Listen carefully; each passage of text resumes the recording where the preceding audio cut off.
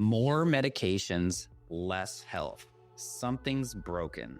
Traditional medicine manages symptoms, but true healing addresses root cause. I'm Josh Rimany, pharmacist turned healer. At Beyond the Pills, we merge ancient wisdom with modern-day science to inspire you through stories of transformation, practical trainings, and holistic healing. Join me and other practitioners as we guide you towards vibrant health, body, mind, and spirit, and move beyond symptom management into true healing. Welcome to this episode of Beyond the Pills. This is a podcast where we uncover the healing power of integration, where ancient wisdom meets modern science to help you thrive, body, mind, and spirit. I'm your host, Josh Rimany, and today's guest is a powerhouse in the world of business strategy and personal transformation.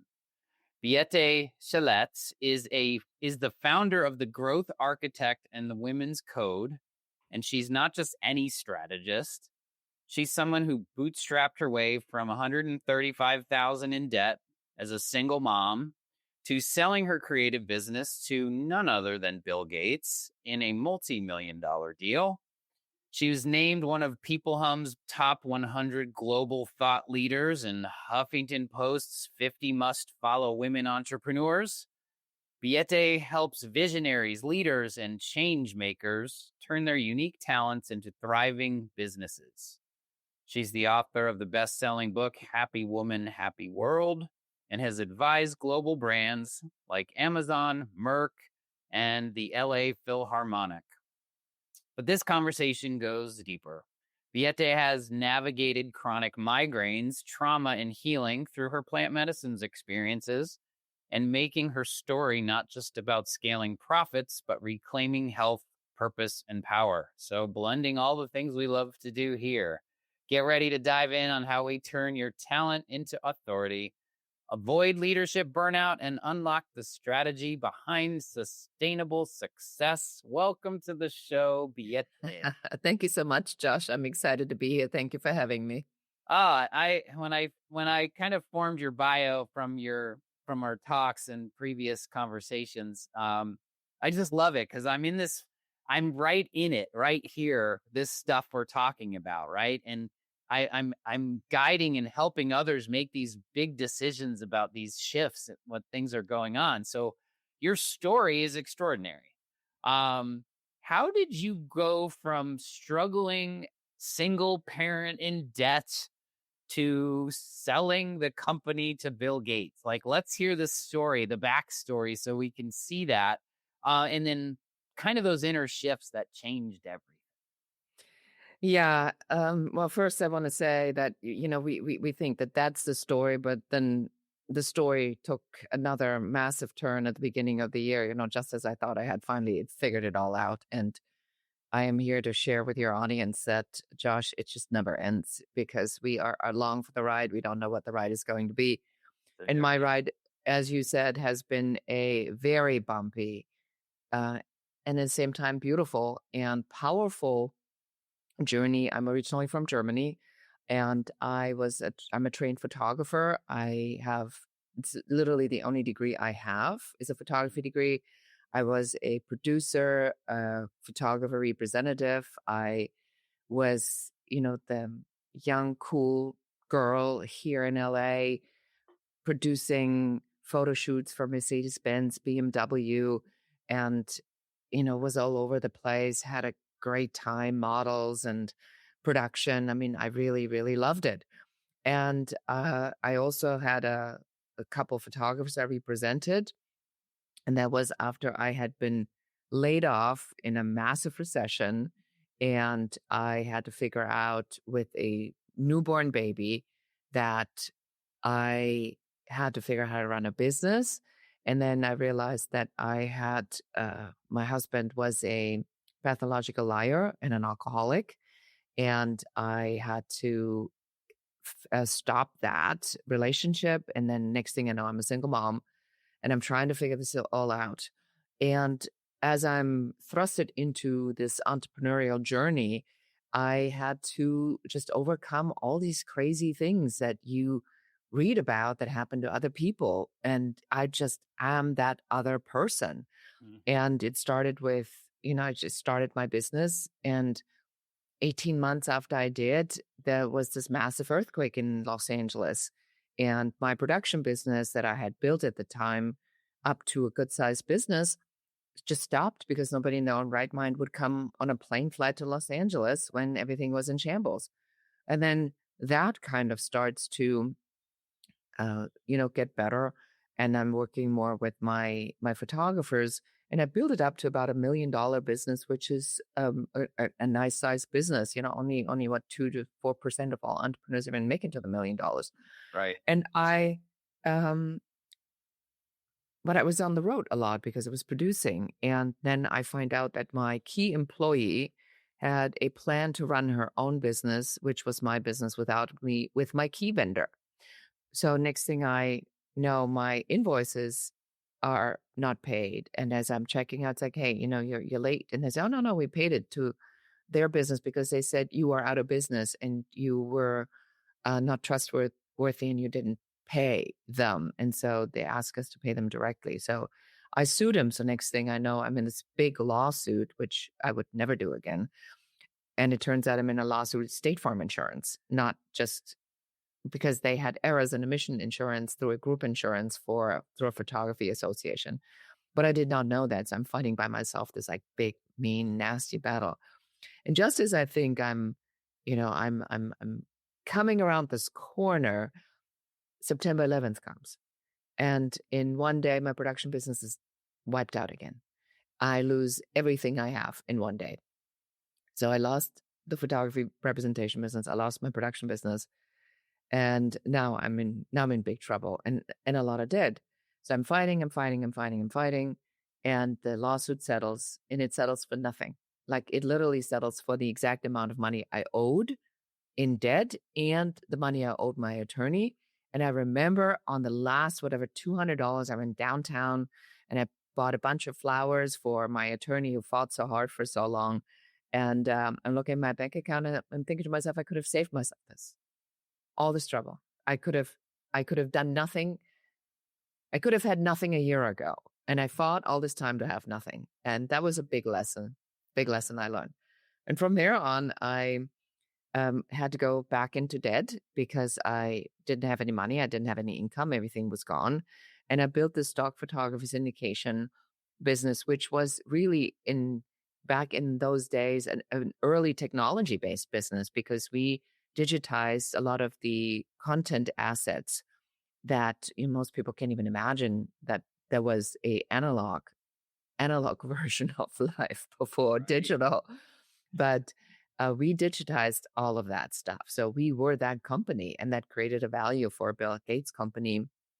And because our specialty was celebrity homes, and we were licensing the rights to the photographs our photographers did from celebrity homes all over the world, which is a hot commodity back, and again, then the magazine world was a booming business. We were just starting to go into online and digital news and media, but back then most of this stuff was analog.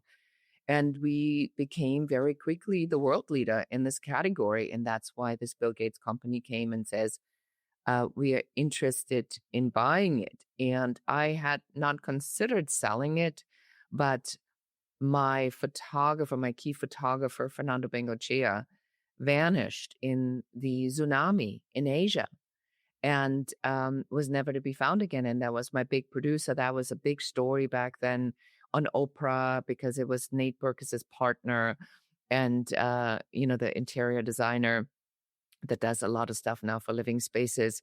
And he was never to be found again. And I realized that I was just kind of sick and tired and done of all these vulnerabilities to my business. And then when the offer came, I knew the number. It was the number that I wanted. And then the day just came, and then I sold my business. And at that time was $135,000 in debt. And I really did not know how I was going to survive. And as I'm trying to figure out how I'm going to get through this, I fly to Germany, and then my father has a stroke. And now my father dies in 6 weeks from pancreatic cancer. And, and this was sort of this turning point in my life. And I think, you and I will talk a little bit more about this, Josh. when you have these defining moments where you're so under the pressure that you're on your knees. And I raised my fist and I yelled at God. I'm like, dude, what the heck is going on here? This is just not normal that all this stuff would happen to one person. So, like, get a grip here. If there's a plan, this would be a really good time to fill me in. And then I had to surrender to this. And 18 months later, I sold my business for millions of dollars to Bill Gates. But I had to really come to this point of full surrender, which is where I'm at again at this part in my life, which I never thought I'll have to redo all over again. And I think that when you lean into letting go of what you thought it was, because I couldn't hold on to anything anymore. I mean, it was too big for me. So I had to surrender and let something else take over. And then 18 months later, I sold my business for millions. I love how you ended in that space, because hearing your story is, I always say it's the same but different. Like the formula, right, is like getting through all these challenges and learning through, the entrepreneurial journey along with the life journey, right? It's like up and then down and then up and then down, and you're getting up every time and you're moving through that every time. It's like the whole adage of get up more times than you're knocked down, right? And then getting to that deep, dark place in your world where you're asking those bigger questions, like, is this it? What's going on here?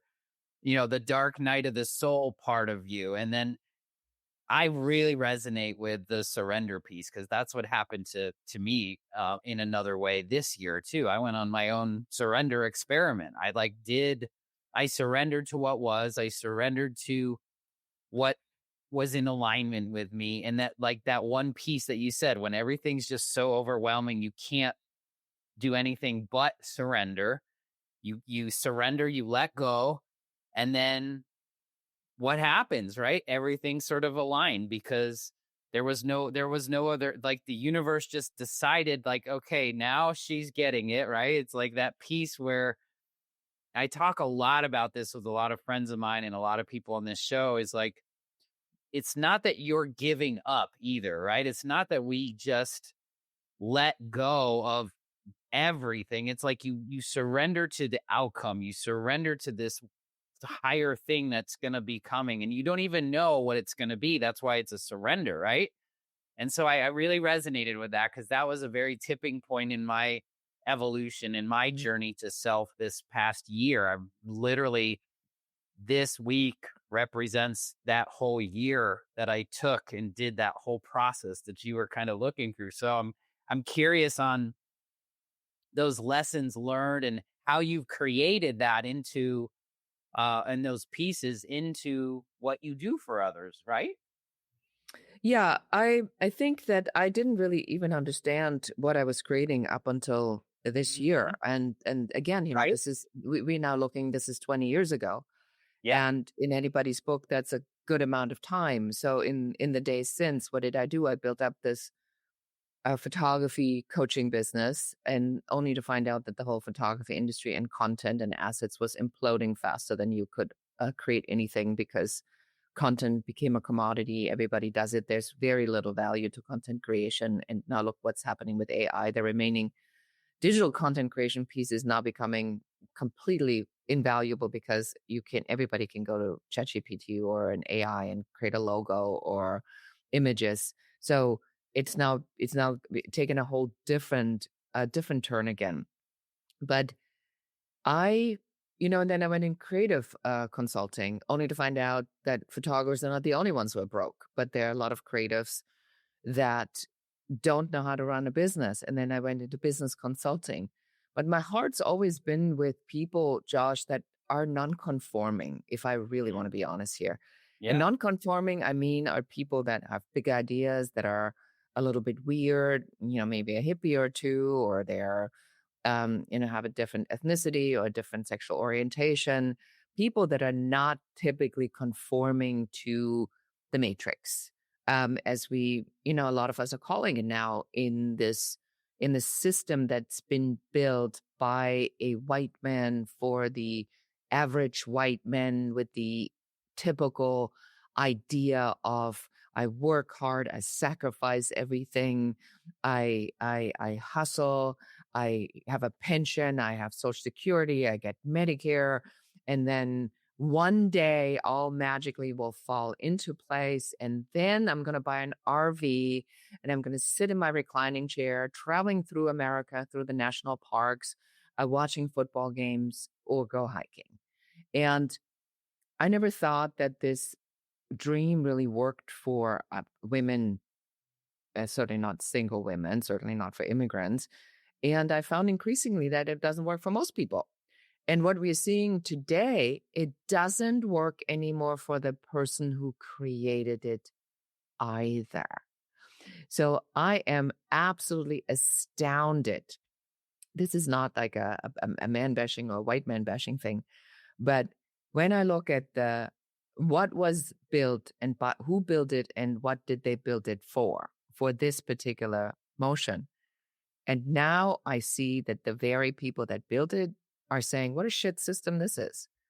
We need to break it. And I'm sitting there and I'm going like, yep. That old patriarchal, like top down, power, money, like people sense this, right? They're sensing that this system is completely broken down. Like I am one of those people that is like, goes like, those visionaries that see things differently, that go in the, like, I'm the pharmacist that teach people how to get off drugs, right? It's like the whole system is set up for not just like the rich, it's the power piece, like that one tiny little people out there that nobody understands or knows, and is expressing that system down. And I feel like we're at the stage now where everybody kind of knows the system's broken, and we're kind of in that emergence of these new things happening, which is like, I've had this like the caterpillar to the butterfly analogy so many times now. It's like we're in the chrysalis where like we're moving into this new age of this golden age of humanity, this new age of consciousness where it's no longer linear. It's exponential. It's multidimensional. It's all these things. We're going from a sick care model in healthcare to a healing model in healthcare. We're using technology with ancient wisdom to create things where big pharma and big food have no place, because it's all back into the space of how we can help ourselves so we can help others and create this ripple in humanity. That's how I feel. And I think we're sharing that same knowledge base, because it's not like a theory anymore. We're sensing and we're seeing it, right? It's right in front of us.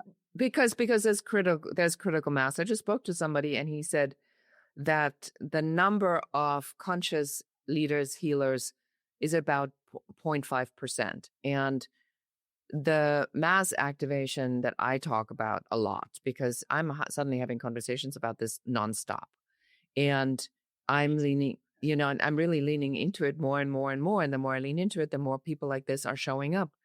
And right. And he said, once we get to 5%, we have critical mass. Then we have enough influence and impact with these ideas to then in the bell curve model to then start to gain momentum. But back to the story of what made me do this in the time since, it was really trying to figure out, how am I serving? And then I'm finding myself spending my own money that I made in helping other people. And then everybody goes like, this is such a shitty model. Why don't you just like go sit at a beach and drink beverages with an umbrella in it? Why do you take your own money? It's almost like you're paying for the pleasure to work. And it never made any sense to me. But I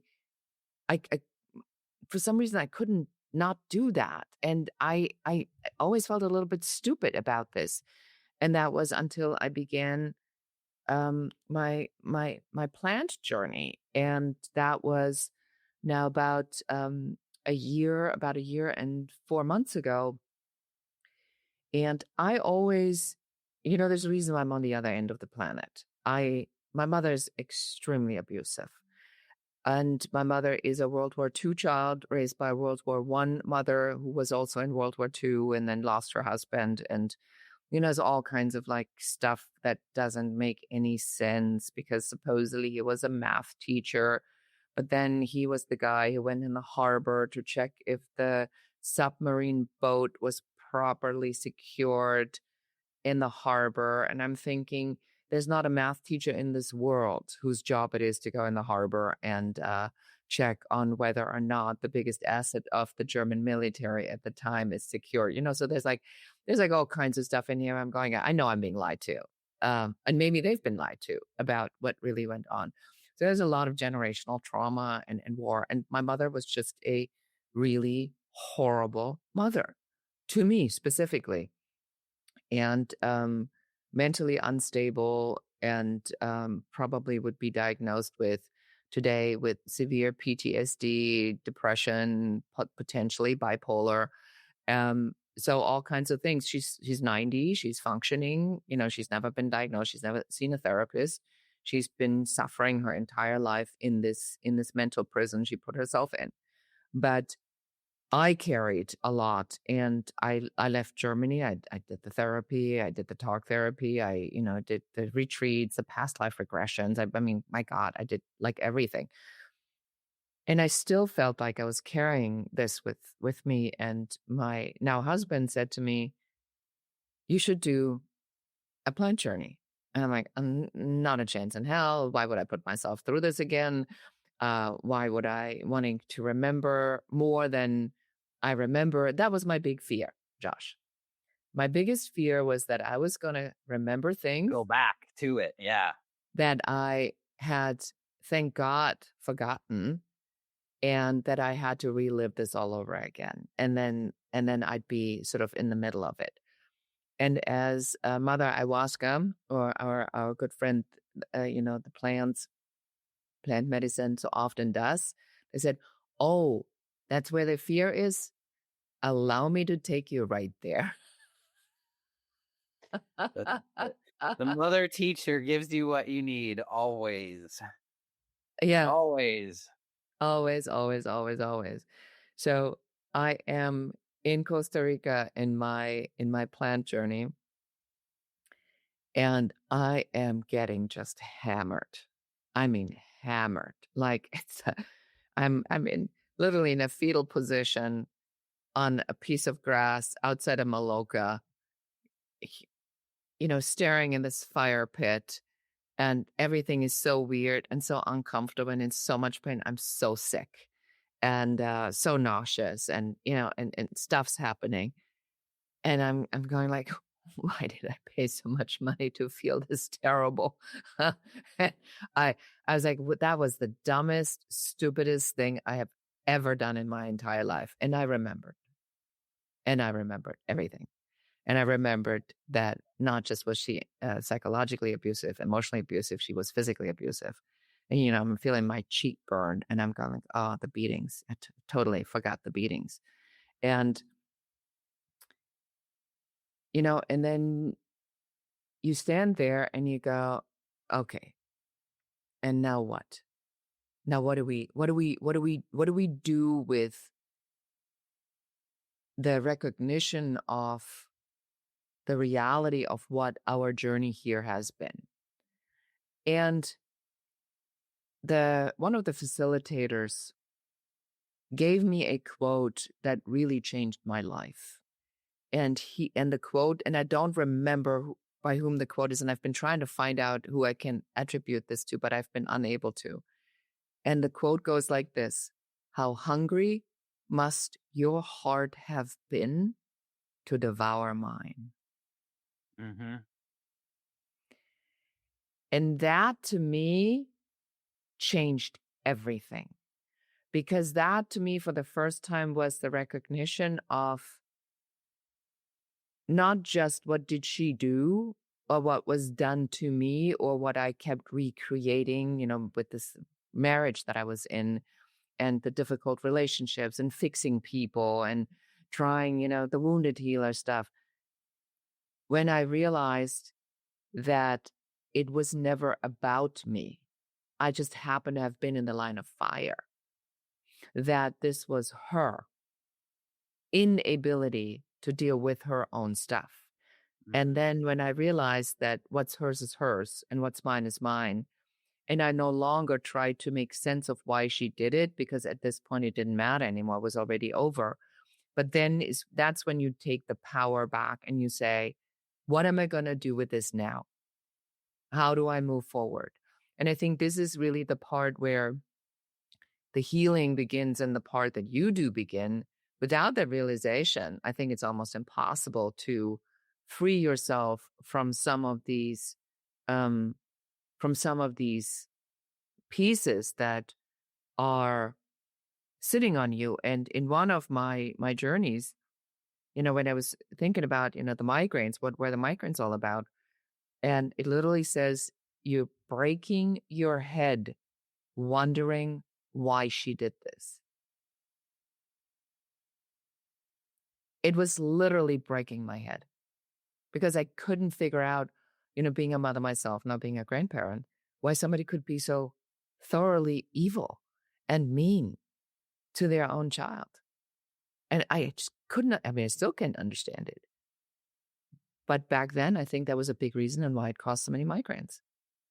Well, and how the body keeps the score, right? And how the mind body connections are all in there, right? It's these you're physically beating your mind up trying to relate something that your mind could never relate to, which is where I think the master teacher came for me.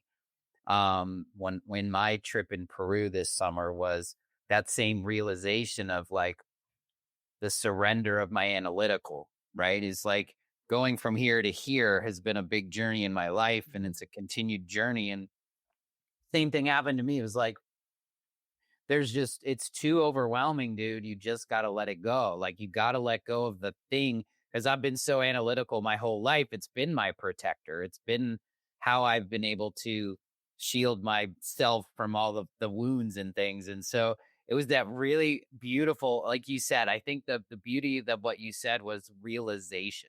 Mhm. Realization is not like an intellectual only concept, right? The things you're talking about, I think people can relate to, but until you viscerally understand them inside you, that realization is we all know that. Like when we all get oh, like that, Yeah. like that way, it's like, Yeah. oh, that. It's like that piece that comes beyond the intellect and into the intuitive side of you where you just know. And when you know, you cannot go back. No, So no. that's where that's where I feel that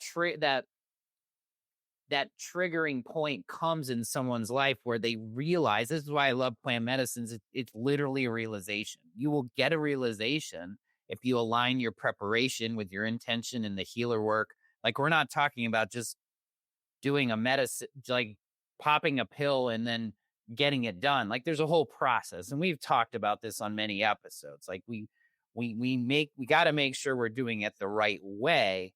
But when you're in that journey and then you integrate it into your life, because it's not just the moment that makes it, that it becomes the teacher, it becomes the things that you need. And so that realization came for you, and then everything kind of seems like, did it kind of unfold then into those new things and those new ways for you? And then you have what I call an oh shit moment. Yeah, a blue ocean moment. No, an oh shit moment.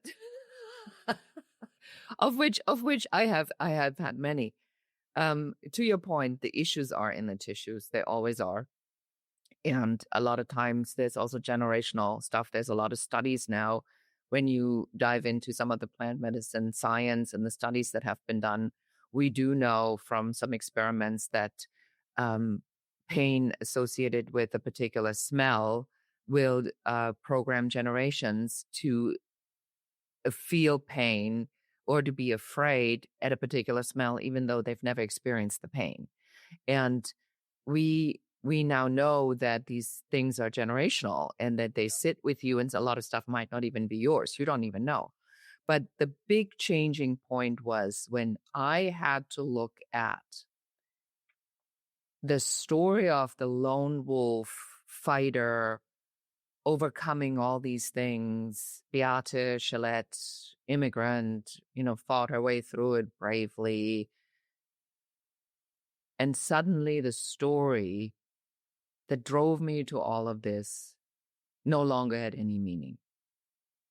So we create these stories of why we are who we are and why we act a certain way and why we can relate to other people, why we have trust issues, why we have traumas and triggers. And then we try to set boundaries and have other people not trigger us and be all healthy about it. And then one day you realize that's been all your own stuff anyway. And now if you have the ability to take that story and make that story just not mean anything, because does it matter today on whether my mother beat me or not? Does it matter to my life right now if my mother still manipulates my brother, my sister, and myself? Does that matter to who I am and the life I want to live?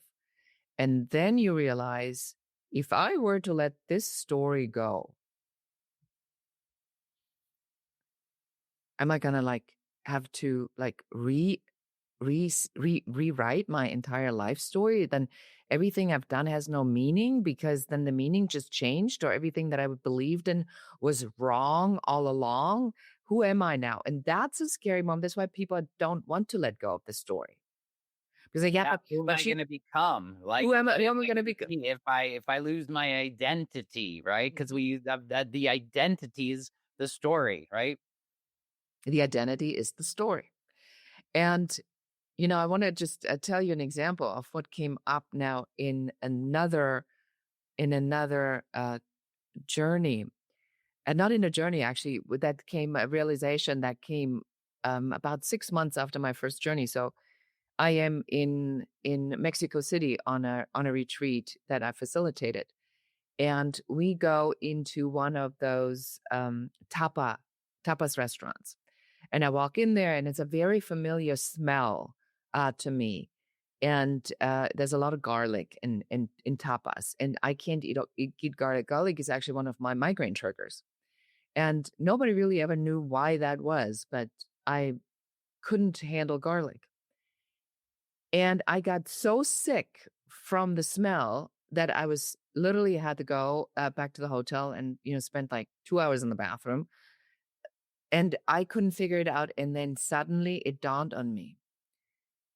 The trigger to my garlic allergy and migraine was an incident in Spain when I was 9 years old, some 9, 10 years old, when we went to a Spanish restaurant in Mallorca, an island of Spain. Mm. And my mother ordered a gambas cocktail, which is, the large shrimp with a lot of garlic in it. And I said, I want one of those. And my mother said, you are not worth it. It's an expensive item on the menu. You're not allowed to have it because things like this are only allowed for parents. Kids are not worth it. Mm. And so I must have subconsciously associated the smell with a feeling of unworthiness, and it literally made me sick. And I carried this for 59 years, or 50 years with me.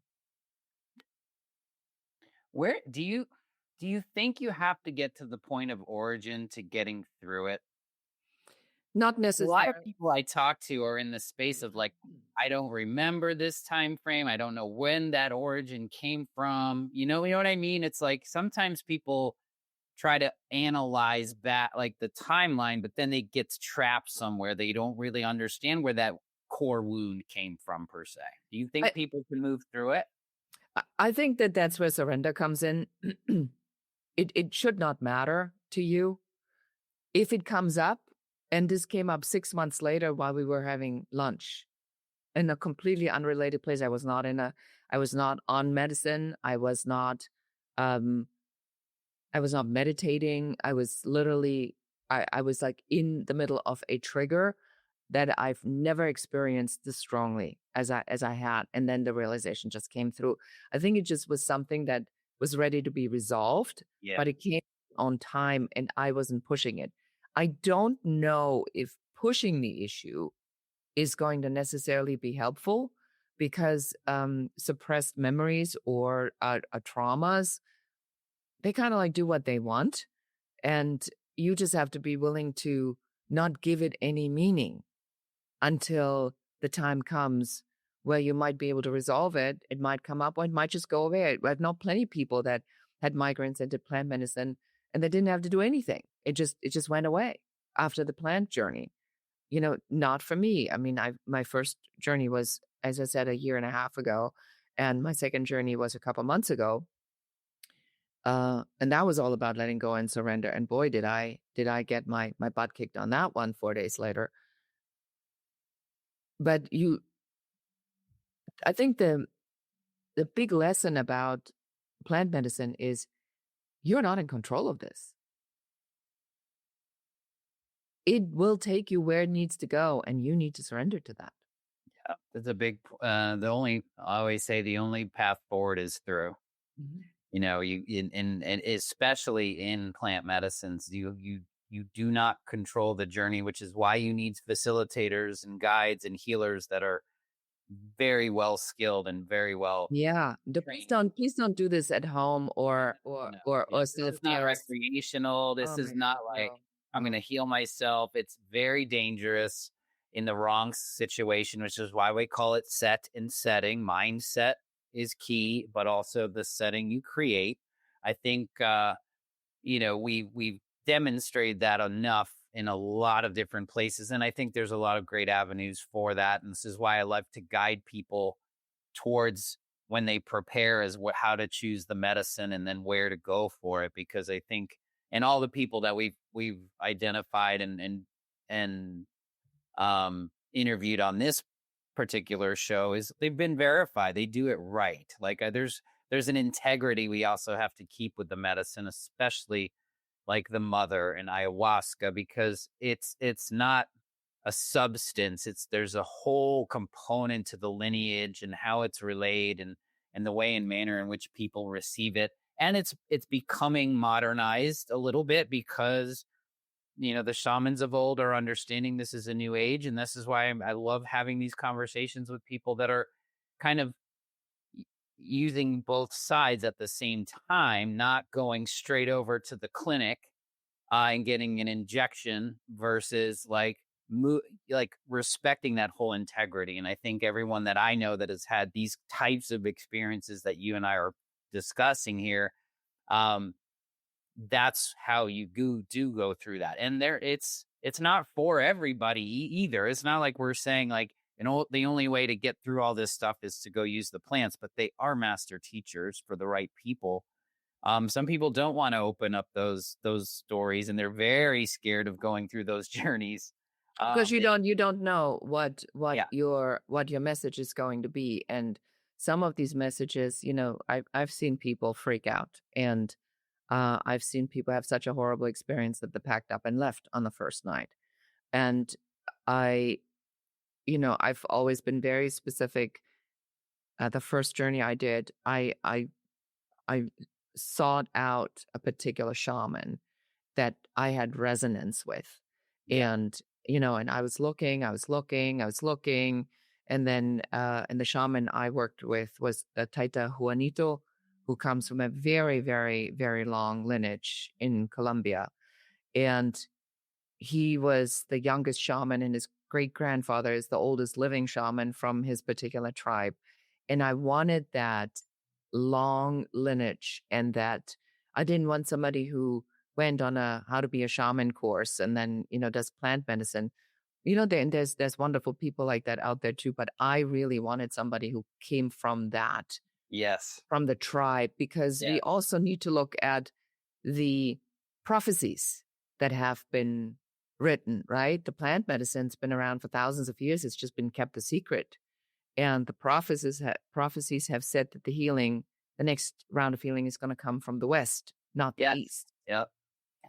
And so that we're seeing such an opening of these medicines by tribes and shamans should make everybody listen up and say, well, why is this happening right now? Well, that's because this is the time when this was when the prophecy said. Yeah, that's what the beauty of all this is, and I think people get it when they get it.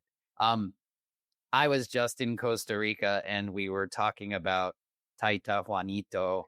And he's actually the person that's learned from his lineage is the one that's going to help me in the retreats that we're going to be holding for entrepreneurs this year. All right. I love that. I'm in whatever you're doing. I'm not kidding you because I have it on my phone right now. Like, and yes, so my friend who owns a retreat, she'll be on this podcast, but she owns a retreat center, and she works with Eli, who works with Juanito, and so I have that direct lineage coming through to. Oh my God, right? How powerful is that? See, that's serendipitous.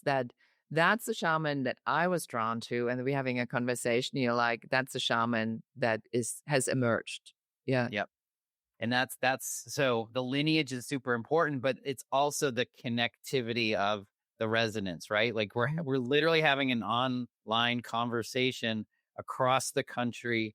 We've never met each other before, and we're talking about the same things.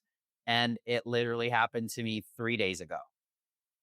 Like 3 days ago, we're expressing, and I'm learning about Taita Juanito, where he came from, and the lineage. And the person that I'm working with is like, we're only going to use his lineage because that's the lineage I've learned from, and that our servers are learning from. So there's a legal component that you need to, but it's like we're not accepting any other healers at this retreat anymore. This is the lineage we're going to use because I've been through it and I know it and I trust it, but also I've experienced through it. Like people don't realize how many journeys when you're learning in this tutelage, like you take the medicine every time you go into a ceremony.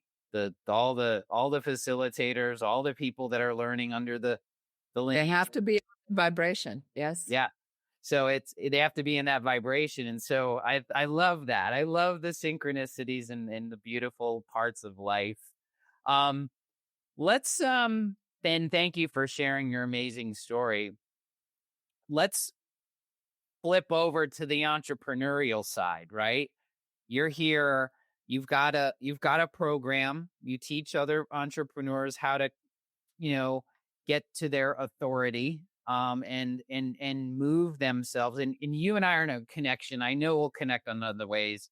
This is also why I love this podcast, because we're just good humans doing great things. But like, you're very centered around helping entrepreneurs that are heart-centered, want impact, that are like here on this planet to move us into that golden age, I love it, to get to the 0.5 to the 5, right? Mm-hmm. That's where we're at. That's where you and I are connecting, because I feel like that's happening in not only the healthcare world, moving from sick care to healing and expressing these things, not just plant medicines. This podcast is all about the modalities of healing, but you're teaching others how to grow their authority and build it into, for me, it's like vision is pure. I know where I'm going, but then it's really difficult for visionaries to get it done. Mm-hmm. Right? It's not the EOS visionary. Oh my God. No, please don't torture yourself. Traction. I'm just saying it's not that. But I have experience with that stuff because I've learned and failed for so many things in my life, and then opening up my own authority, my own authenticity, and leaning into where I am now is where all these things are aligning. But still, it's like, I do have the visionary space. And I think most entrepreneurs are visionaries and they're really crappy at execution. And how you're going to land the plane. Yeah. Lining it. So tell people about how you created this through your story. We've got that. But what actually are we doing now for people? How can we, what's the system you're using, the things the tools you're using, so we can help people gain awareness for this? So as I say, but wait, there's more. So Now I have it like all figured out, right? Now I'm going on my second plant journey at the beginning of the year. And I've been with my partner for 10 years and not exactly fast moving, I might say. And we finally said, let's just get married. Let's just elope. So we go to this spiritual retreat, a different retreat with a different shaman. And we get married on January 3rd, and it's beautiful, white flowy clothes. It's all love, and everybody's just coming from these journeys. It's the end of all the journeys, and it's like so much celebration and love and smiles and dancing. And then on January 7th, we lose everything we have. We are in Costa Rica on our honeymoon. My office burned down with my podcast studio on the 7th, and our house burned down on the 8th in the morning. And we weren't even here. We couldn't save anything. We were in a spiritual retreat with backpack and, and flip-flops and white flowy clothes, no jewelry, no memories, no mementos. And the Just the LA fires, right? That's the Palisades fire. Yeah. Yeah. And so you literally had your backpack. That's it. Oh my God. That's it. We couldn't save anything. And in the journey this time, the message was, the first journey was, you need to rest. And I'm like, oh my God, I'm having a pleasant journey. I've never had a pleasant journey. It's always been like, wrestle to the ground, slaying dragons and demons. And I'm like having this beautiful journey. I'm like, oh my God, if all ayahuasca journeys are like this, I'll do one every day. And the second night, the message was, you need to let go. I'm like, yeah, okay, get it, let go. No, you need to let go of everything. That's a little extreme. What do you mean, let go of everything? No, you need to let go of everything. You need to let go of the story. You need to let go of everything you believed in. You need to let go of how you look at things. You need to let go of how you tell the story. You need to let go of everything. I'm like, okay, I get it. Surrender. No, you don't understand. You have to let go. And it went on for 7 hours. And I'm like, it was the Let Go Extreme version preparedness program, apparently. I'm sorry. I'm not laughing at you. I'm just laughing at like how the universe is like, when you're ready, it will give you what you need, and it makes sure you get what you need. And if you don't listen, it keeps coming, right? It keeps coming. And then the final journey was about that I now needed to be called to step into wisdom, and that I give all my IP away. I'm like, excuse me? So I built all of these processes and systems as the growth architect for decades on shortcuts and how to build these business and how to be a conscious leader, how to connect the passion to the strategy, how to combine these two things. So it's not this drudgery, slate through all the internet marketing bullshit that people are telling you that you have to do, and this hokey language and the ethical persuasion. So I finally figured all of this out. And now you tell me I need to give this away. Yes. You are to build a SaaS product where you take everything that you know and you make it available to everybody who wants it. That's your job. And you are to work with the conscious healers and entrepreneurs and people that are called to be the founders of the future.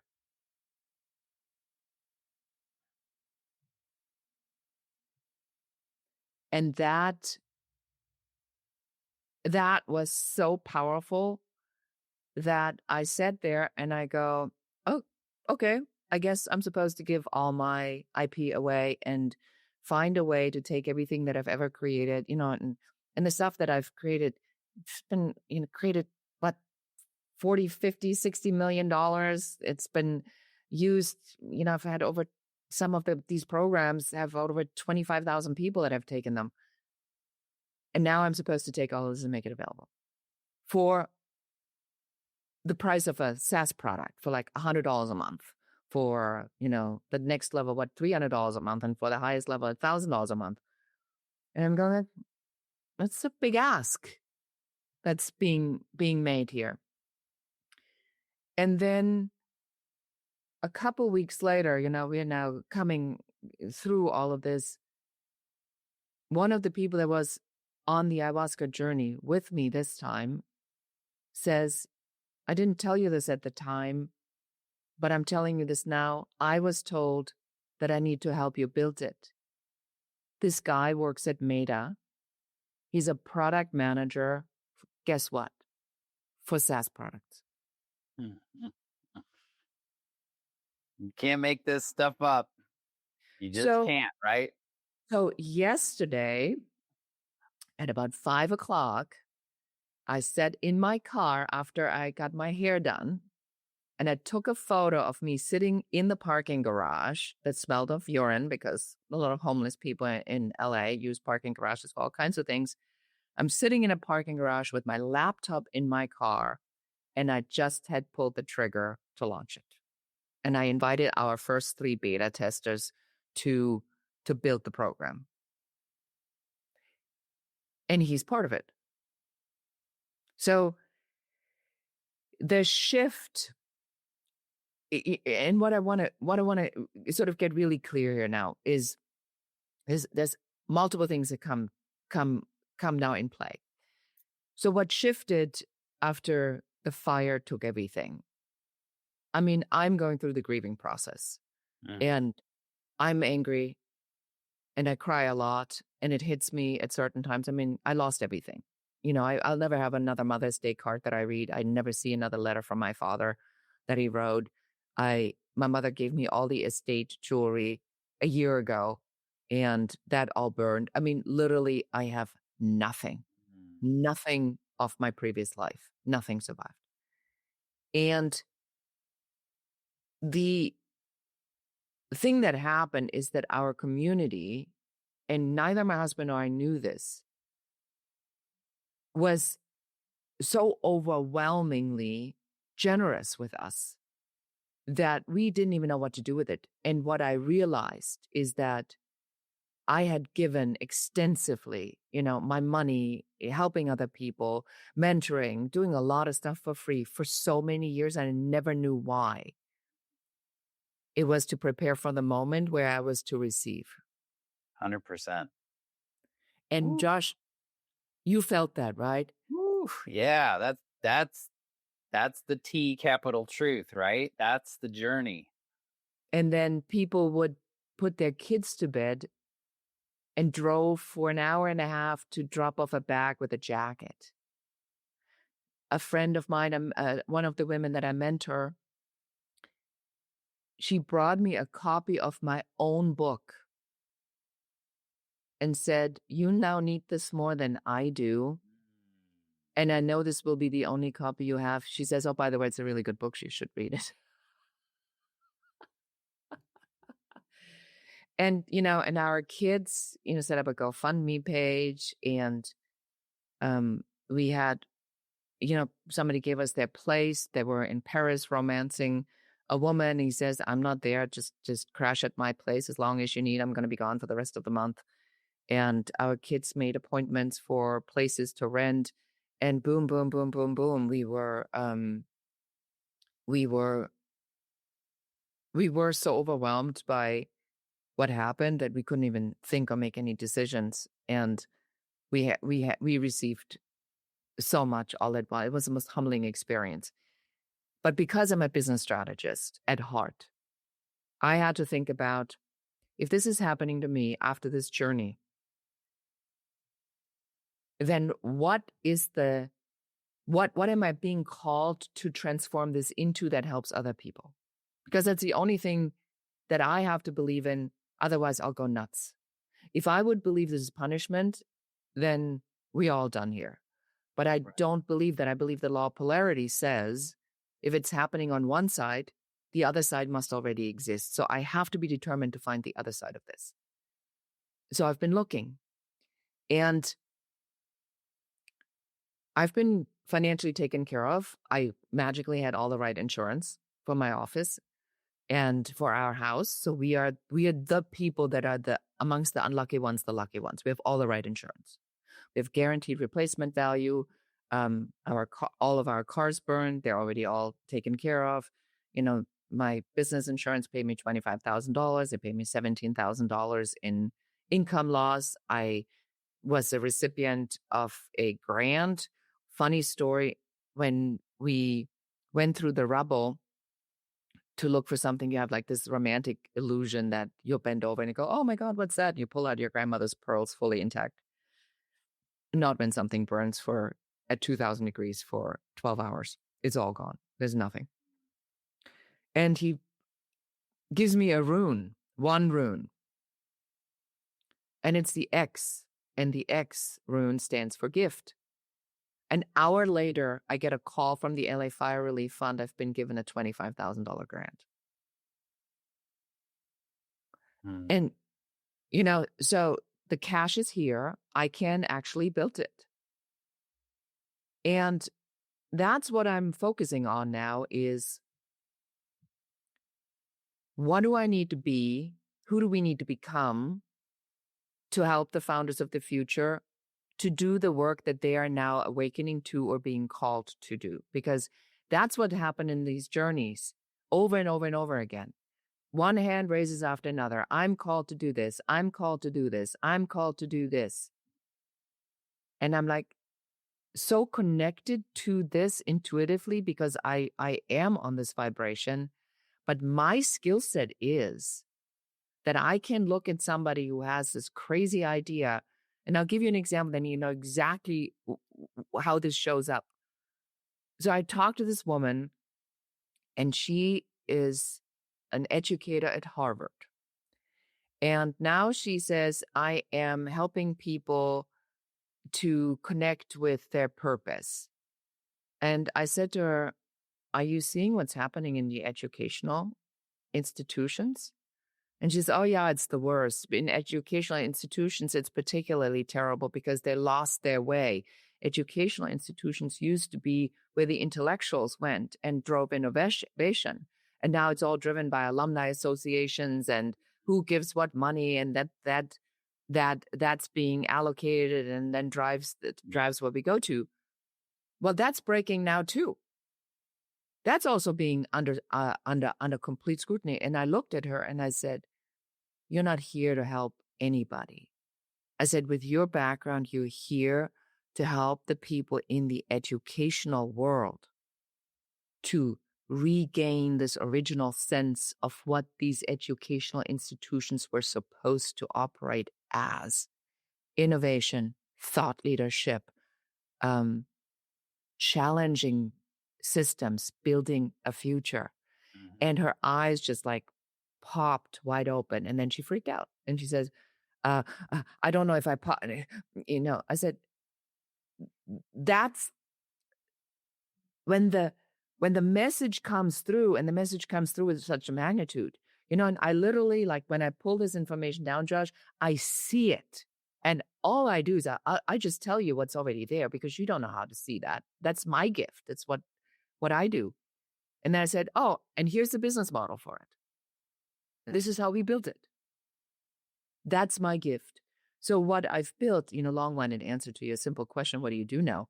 No, I think this has been beautiful. I love how it's transpired in the way that it's transpired, which is the perfect way for it to transpire for you, to you, through you, and then through others. This beautiful story of creation, rather than I do X for X that want to X, right? It's this beautiful gift. So yes, tell me more. Yeah.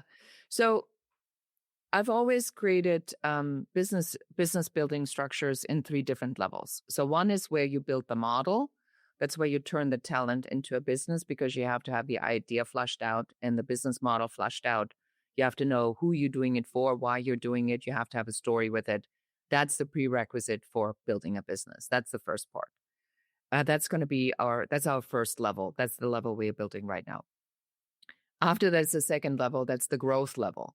Because once you have proof of concept, once you know what you're doing, who you're doing it for, and how it benefits people, solves the problem, and we have proof of concept, then we are growing this into what I call a signature growth system, where we then design what are the different products. That's probably something where you are at right now, where you know what it is, and is like, well, what are the different modalities? that I'm going to offer, how I'm going to be involved, what are my partnerships, what are my collaborations, what's my entry level, what's my higher ticket, is there going to be a mastermind, is it peer-to-peer accountability, is there going to be a group, is it online, is it live? So that's when we map all these things out, because that's when we design what the growth model is. And then the final model is the scaling piece. And that's when you take yourself out of your operations by building these operational processes and structures that then you can either live the life you said you were going to live, or you can sell the business or merge it with something else, or exit in any other way, or let it run itself with minimum involvement.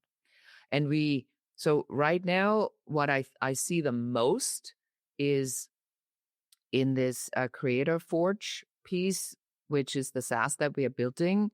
So if any of your listeners is interested in this, just send me a shout out, because it's not available for purchase at this time because we're building it, but we will be launching this in the fall, because we've been preparing for this for a very long time, really. It's just now a question of organizing it.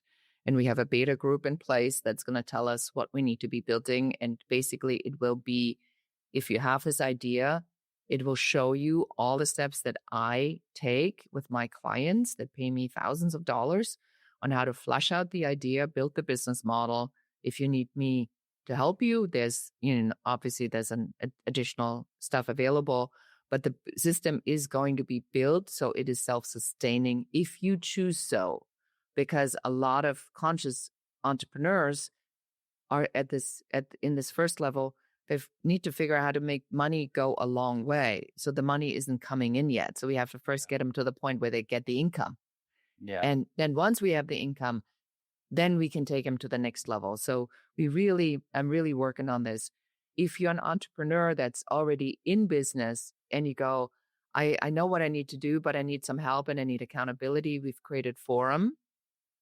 Forum is a monthly accountability group. It's really an accountability group. It's not an online course. We're live with a bunch of entrepreneurs that are in this space and they're trying to do good, in whatever format that is. And we talk about business. We talk about what are you going to do? How are you going to do it? What's your obstacle? We have 90-day sprints. And it really is designed to help people to have somebody to bounce ideas off and have a group that helps each other. And then when you write an article, you'll post the link, and then the group will go in the LinkedIn and they will make comments and post it on their own, so that we start getting critical momentum in building that.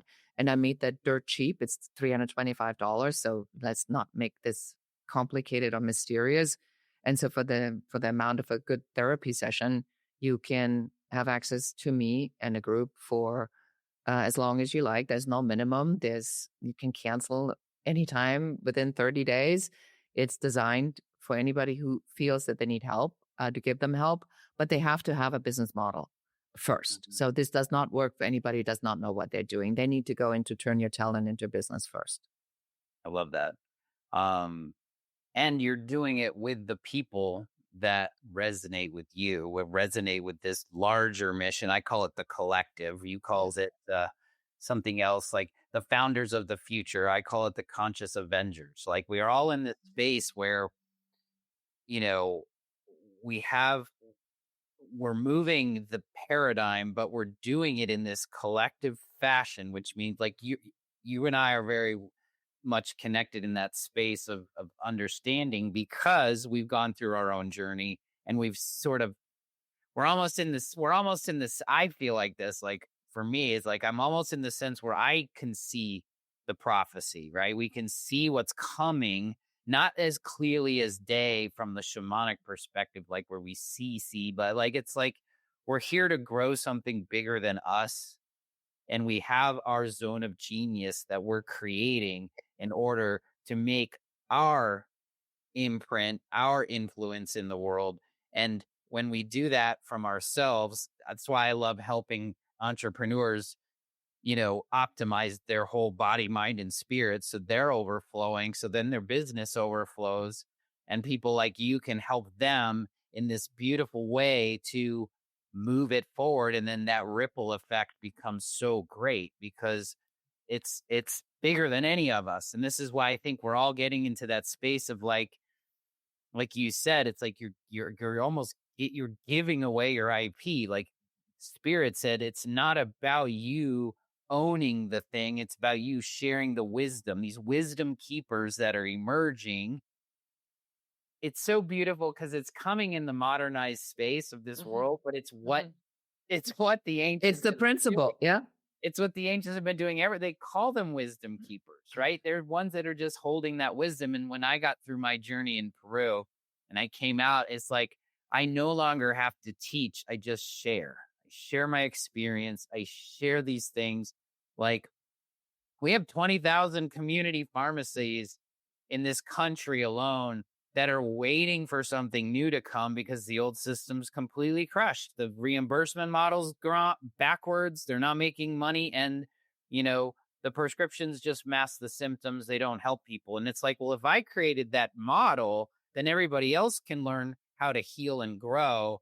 And the powers that be can't and aren't a part of that because we're teaching people how to become their own pharmacists, like how we're helping the body and the mind and the spirit heal from within, not this external stuff, and then these entrepreneurs that I love working with, because I'm an entrepreneur, it's like the same thing. It's the same process as like, do you first, expand, grow, get your capacity moving, get yourself in that new state of being and align with your perfect authority and your perfect. And I love how you're guiding people to understand where that comes from, that journey from within in their own mind, right? In their own way. And then you're building the model. We're building the model around that. I think that's key. And I love that you see this so clearly because what happens is that the entire marketing world has been designed to make you want more. It's a game. So you are being forced into someone else's system that they designed that works for them. That's then hailed as the one size fits all. It cannot work because then you're missing something, and that's your internal connection, your resonance, your alignment with what you're being taught, and you're going through the motion, and then you're looking for something else. And guess what? The internet marketing affiliate happens to have a very logically sounding offer with a lot of good ethical persuasion ready for you. And then you buy that and you're back into someone else's model that they perfected. And it's again not working for you. And now you're going to go and say, well, there must be something else that can connect these things. Guess what? Another affiliate offer comes in, only $10,000 this time. And in only 6 weeks, with a certified something, you are going to do X, and it's not working again. Now you're getting really frustrated. Now you don't trust anybody anymore. And I looked at this, and believe me, I've spent hundreds of thousands of dollars in this, and it never worked. And I was like, well, is it me? And I'm considering myself as relatively smart and technology savvy. And then I realized what's not working. What's not working is if you do not have a connection to the reason you're doing this, and the model is built on what you want, it cannot work. The tactics, the tools, the strategies, AI, systems, technology is here to support the creator. The why. Not the creator to support the tech, which is what Mark Zuckerberg would like you to want. You need that keeps you plugged into his system, and that keeps you plugged into keep going and keep like the system. We could plant what you said marketing does with the same thing that pharma does or big food. It's like it's the model. It's all keep them going. Let's keep you less sick and wanting more. And that's not sustainable in this new future, in my opinion, at least. Yeah. And that's why it takes people that are emerging everywhere, and I'm my next client I'm going to talk to in about a half hour. She's a dentist, and she's coming from the dentist perspective. She's building a whole Ayurvedic concept to help dentists to figure out how to not burn out and help patients without all the toxic stuff. And that's why, like, I think that's the beauty of all this is it can be this way and manner in which we're talking can be put in any different category. Yes. It's in resonance. Like, this is where I think I know why things are falling into place for me. And I love this because, like, that's what I feel like pharmacies can do and doctors can do. And I can connect her with people that I know with dentists, because this is all like I always say, like, the world needs wellness. There is no competition. The world needs healing, right? We don't need fixing. We need healing. And so you can do it from a marketing perspective. This is why, I would love to connect more, because, we're all in this work together because we're creating this new future, which is so much more aligned with this collective whole. We're just, the part is the whole. And that's just how it works. And that's just how the universe works. And so it is in this new alignment that I think, which is why I think AI and all these other tools, they're here to help us become more human. They're here to help us be, not do, and move us to the future where it's and when you get it, you get it. It's like, we're not giving away everything. Profit's not a dirty word, but we can use it to help more people and more people and more people. And so and the clarity of this hokey stuff and this marketing language. And it's interesting enough that the biggest marketers, I just got an email from one of the biggest internet marketers. And he's like, well, we're shutting down everything that we've done. So you can have everything we've done up until here for $500. That's like worth, the stuff he's great is like worth what he's giving away $150,000 for $500. And he says that's because we need to shift. So the understanding that we are at a pivotal moment, I think that message has gone out. Yeah. And so the question that I ask your listeners is, if you have heard the call, what are you going to do? What are you going to do? Because thanks to shows like yours and shows like mine, I run the Business Growth Architect show, where we have these types of conversation about how does strategy and spirituality intersect, and how do you build a business that has these two pieces aligned. The information is out there. If you are called, please don't wait. We need to get to critical mass as soon as we can, because people that break stuff don't build stuff. We have 2 years to get our founders of the future ready and prepared to start building. Because when they're done with whatever insanity this is, and how they're doing it, and the volatility and the language and the meanness and whatever that might be, it cannot sustain. But we cannot interfere. We must wait until it's done what it needed to do. I agree. But these people don't know how to build. They only know how to be mean and break stuff. So the people that build must be prepared and emerge. Oof. I just tingled on that one. That was powerful. And I think that's so where can people find you if they need to get a hold of you and be a part of this movement? Yes, like, of course. This collective. Yeah, and be part of our container. Yes. So go to growtharchitect.biz. There's a lot of information on my website. If you're interested in Forum or in our SaaS model, the easiest way is just go schedule an uncovery session. It's a 15-minute session with me, because I'm still in that space where I want to talk to people and understand where they are, what they're going through, what they want, because I'm building for them.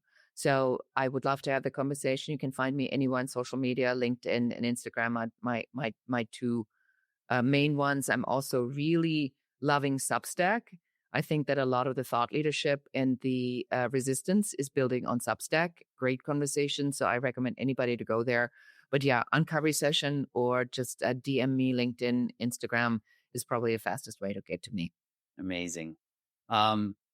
This has been such a beautiful conversation. Thank you so much.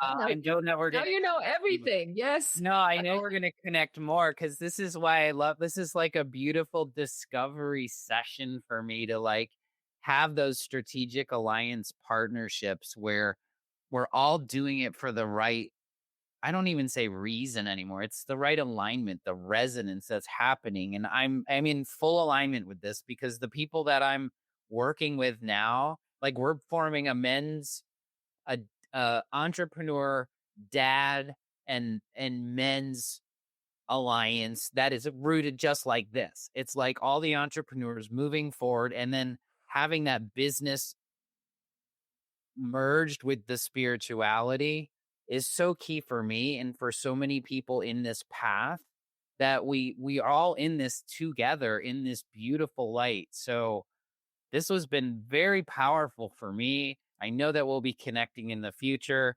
I've already got plenty of notes. I would love to connect and work with you more and see how we can help each other. Oh yeah, for sure. Because I think that there's also probably a business model that can be designed specifically for your audience to help them connect. Yeah, it's funny how you say that because like I've got this vision in my head of like the Beyond the Pills collective where we're bringing in not only people but practitioners and entrepreneurs where it becomes this thing that gets that underbelly moving. Like you said, the systems are broken. Like pharmacy is broken and all these healthcare is broken. And now I love the breakers aren't the builders and we're building. And I love, the army needs to be formed here, right? This conscious army of growth-centered, heart-centered, beautiful people looking to do this for the future of not only themselves, their professions that are changing and evolving, let's say, and emerging and transforming, and then all in for that ripple effect for the humanity that we're all creating here. So we can, be earth keepers and turn this planet around and just have this beautiful age that's coming. So Beate, thank you so much. I think we could probably sit in a room with another nice, beautiful beverage and talk for another 2 hours. Yeah, I think so too. I can't wait to tell others about what you're doing, invite you to some of our networks. Yeah, I mean, and if Tai-Dye is coming anywhere near you, you tell me because I love Tai-Dye. Yeah. And of course, how cool was that, right? I will keep you abreast of that because we're building retreats based on that lineage for entrepreneurs to have breakthroughs in their careers and their lives. Yeah. So this is so beautiful. I love how God, universe, spirit, I just call it Gus now, how it all works out for us because you're a beautiful soul. You're a beautiful human. Thank you so much for all you're doing. Thank you so much for having me. Yes. And thank you all for listening. And will you please do Josh a favor, wherever you pick up this podcast, go there now, leave a 5-star review and ideally a comment because the algorithms are driven by what people are saying, even if it's a heart that you put in there, that helps to tell the algorithm that the things we're talking about here are important and valuable. And it is a labor of love. So give Josh some love back. Aw, thank you. Well received. Thank you, my new friend. We will be in touch. This has been beautiful, guys. That's a wrap. Until next time, stay well. Thanks for joining me today on Beyond the Pills. If our mission to de-prescribe 10 million unnecessary medications resonates with you, share this episode, subscribe, and leave a review. Whether you're a practitioner or someone ready to reclaim your health, visit rx2wellness.com for free resources to begin your journey. Together, let's go beyond the pills and co-create a world of vibrant health and true healing. Until next time, live better and stay well.